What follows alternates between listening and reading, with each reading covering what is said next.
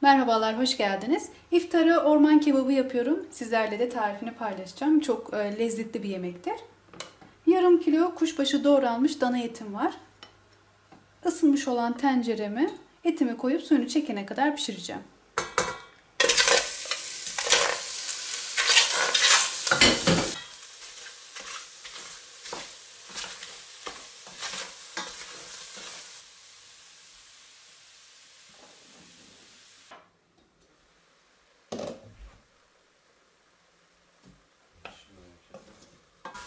Et suyunu bırakıp çekti. Bir yemek kaşığı tereyağı koyalım. Bunun yerine isterseniz sıvı yağda ya da zeytinyağı da koyulabilir. Yemeklik doğradığım bir tane kuru soğanım var. Onu da ilave ediyorum. 2 dakika soğan ve eti birlikte kavuralım. Yeşil ve kırmızı biber, 2 tane havuç, 3 diş de sarımsağım var. Bunların hepsini doğradım. Tencereme koyuyorum.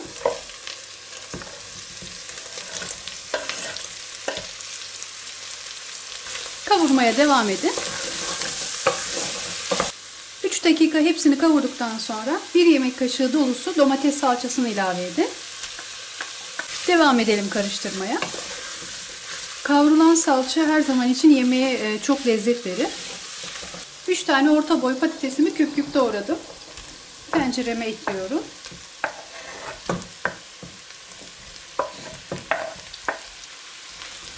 Karıştıralım. Buzluğumdan 1 su bardağı bezelye çıkardım. Bunu da ekliyorum. Yemeğin baharatını da koyalım. Tuz, kekik, pul biber ve karabiber.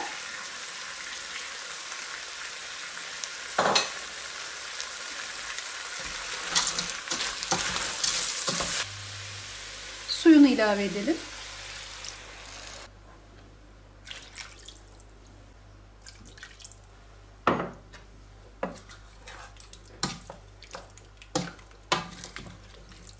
Suyu bu kadar yeterli.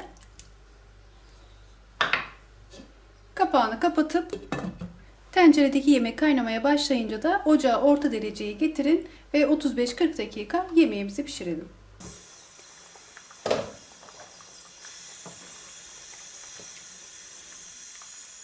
Orman kebabı pişti. Hazır. Patatesler hiç dağılmadı gördüğünüz gibi. Suyu da iyi. Ben bu şekilde seviyorum. Siz de kendi damak tadınıza göre ayarlayabilirsiniz.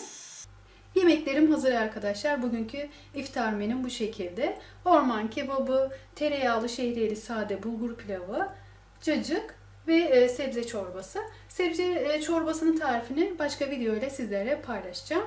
Bugünlük benden bu kadar. Tarifimin sonuna geldim. Başka videolarda görüşmek dileğiyle. Hoşça kalın.